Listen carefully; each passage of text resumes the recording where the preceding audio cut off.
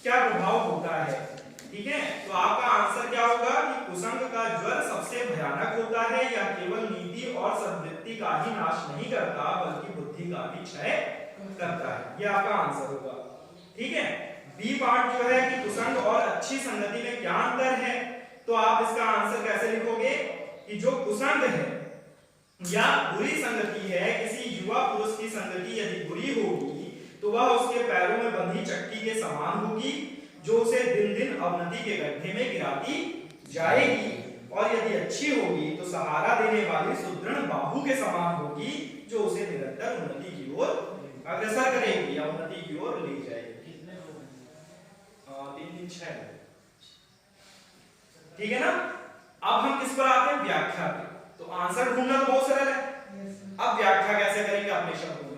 कल भी मैंने बताया था कि जो गद्यांश हमको दिया जाता है उस गद्यांश में जो रेखांकित अंशों की व्याख्या करने के लिए कहा जाता है तो उसकी व्याख्या हमको कैसे करना है। लेखक ने अपने शब्दों में लिखा है, हम उसकी व्याख्या अपने शब्दों में करेंगे, छापेंगे नहीं, अपने शब्दों में उसको और सरलीकरण करेंगे। जो हमको सरल से सरल भाषा का हम प्रयोग कर सकते हैं उस सरल भाषा में उसकी व्याख्या करेंगे। तो इसमें जो दे रखा है, सबसे पहले लाइन देखते हैं, कुसंग का ज्वर सबसे भयानक होता है। कुसंग का ज्वर मतलब कुसंग का बुखार। अब बुखार का मतलब बीमारी। बुखार क्या है? एक बीमारी है। कुसंग का मतलब क्या है? बुरी संगति।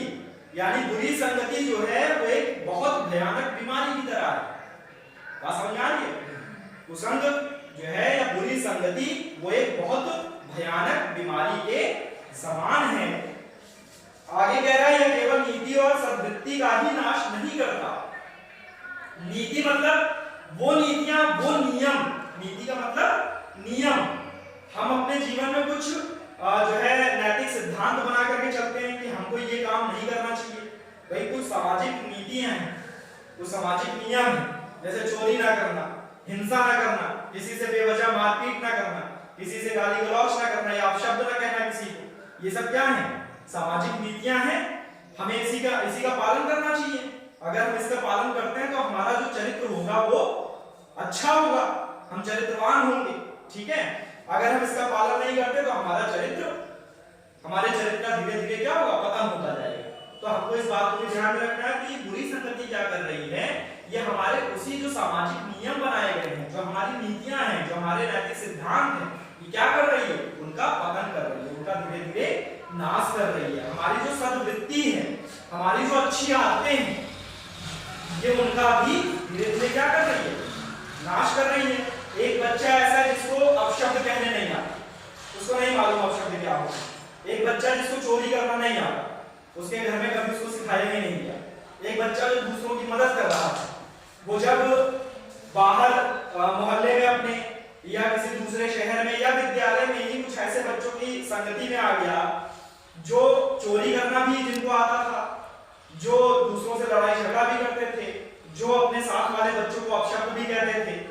जब ऐसा बच्चा उनके संपर्क में आता है, दुष्ट बच्चों के संपर्क में आता है, तो क्या करता है? वो भी चोरी करना सीख जाता है, वो भी दूसरों को अपशब्द कहना सीख जाता है।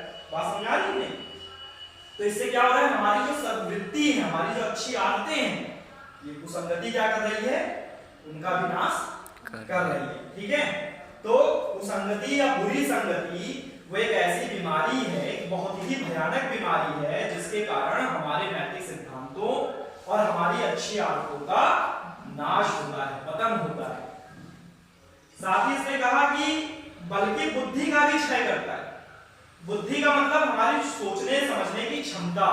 बुरी संगति क्या कर रही है? हमारी सोचने की क्षमता का भी सर्वनाश कर रही है।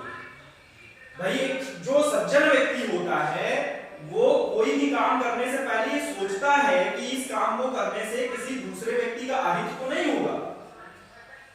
कोई भी काम करने से किसी दूसरे व्यक्ति का अहित तो नहीं होगा, वो इस बारे में भी सोचता है। लेकिन जब आप कुसंग में पड़ गए, बुरी संगति में पड़ गए, तो आपको सिर्फ अपना हित दिखाई देगा, दूसरे वाले का हित नहीं दिखाई देगा। तो ये क्या कर रही है? आपकी बुद्धि का भी क्षय कर रही है, आपकी सोचने समझने की क्षमता का भी सर्वनाश कर रही है। किसी युवा पुरुष की संगति यदि बुरी होती है तो वह उसके पैरों में बंधी चक्की के समान होती है, जो उसे दिन दिन अवनति के गड्ढे में गिराती जाएगी। यानी अगर युवा पुरुष यानी वो व्यक्ति जो अभी किशोरावस्था में प्रवेश किया है, युवक आप लोग भी तो हैं, ठीक है, अगर आपकी संगति बुरी है, आप किसी बुरे व्यक्ति की संगति में आ गए, तो वो जो बुरा व्यक्ति है वो एक चक्की की समान है। चक्की कैसे होती, भारी होती, वो आपके पैरों में बांध दी जाए तो आप जहां हैं वहीं पर पड़े रहेंगे, उसके आगे नहीं बढ़ पाएंगे, उसको अपने साथ खींच करके तो आगे नहीं ले जा सकते, तो जहां वो वहीं स्थिर हो जाओगे, ठीक, समय आगे बढ़ता चला जाएगा, लोग आगे बढ़ते चले जाएंगे, लेकिन आप वहीं रह जाओ। तो लेखक के कहने का तात्पर्य यह है कि अगर आप बुरी संगति में पड़ जाते हो, तो जिस प्रकार किसी व्यक्ति के पैरों में हम चक्की बांध दें और वो चक्की इतनी भारी होगी कि उसको वहीं पर स्थिर कर देगी, उसको आगे नहीं बढ़ने देगी, यानी वो अपने जीवन में कभी आगे नहीं बढ़ पाएगा, उसी तरह से ये बुरी संगति भी हमें उन्नति के मार्ग पर बढ़ने नहीं देती है, बल्कि हमको पतन के रास्ते पर ले जाती है, हमको गड्ढे में गिरा देती है, ठीक है। साथ ही उसने ये भी कहा कि यदि अच्छी होगी, यदि वही संगति अच्छी होगी तो सहारा देने वाली सुदृढ़ बाहु के समान होगी, जो उसे निरंतर उन्नति की ओर उठाती जाएगी, ठीक है। भाई आप जैसे मान लीजिए आप कहीं किसी चीज को पकड़ करके लटके हो और आपकी भुजाएं अगर मजबूत हैं तो आप उस भुजा के दम पर चढ़ जाओगे ऊपर। आप किसी पेड़ की टहनी से लटके हुए हो और आप मालूम है कि अगर हमने हाथ छोड़ दिया तो हम नीचे गिरेंगे तो हो सकता है पैर की हड्डी टूट जाए, और आपकी भुजाओं में यदि ताकत है और आपके अंदर आत्मबल है तो आप क्या करोगे, उस डाल को पकड़ करके उस पर चढ़ जाओगे, ठीक। ऐसी अच्छी संगति होती है, वो भी एक भुजा के समान होती है, सुदृढ़ भुजा के समान होती है, जिसमें आत्मबल होता है, और उसी आत्मबल और उसी सुदृढ़ता के आधार पर हमें क्या होता है, अच्छी संगति उन्नति की ओर बढ़ाती चली जाती है, हमको गड्ढे में गिरने नहीं देती, हमको बचा लेती। समझ में आ रहा है? यानी कि अगर बुरी संगति के चक्कर में हम फंस गए, बुरे व्यक्ति जैसे लोगों के चक्कर में अगर हम फंस गए, तो हमारा जो उन्नति के रास्ते पर बढ़ने का स्वप्न था, हमारा जो अपने जीवन में कुछ करने का स्वप्न था, वो धीरे धीरे सब निराधार हो जाएगा, सब व्यर्थ हो जाएगा।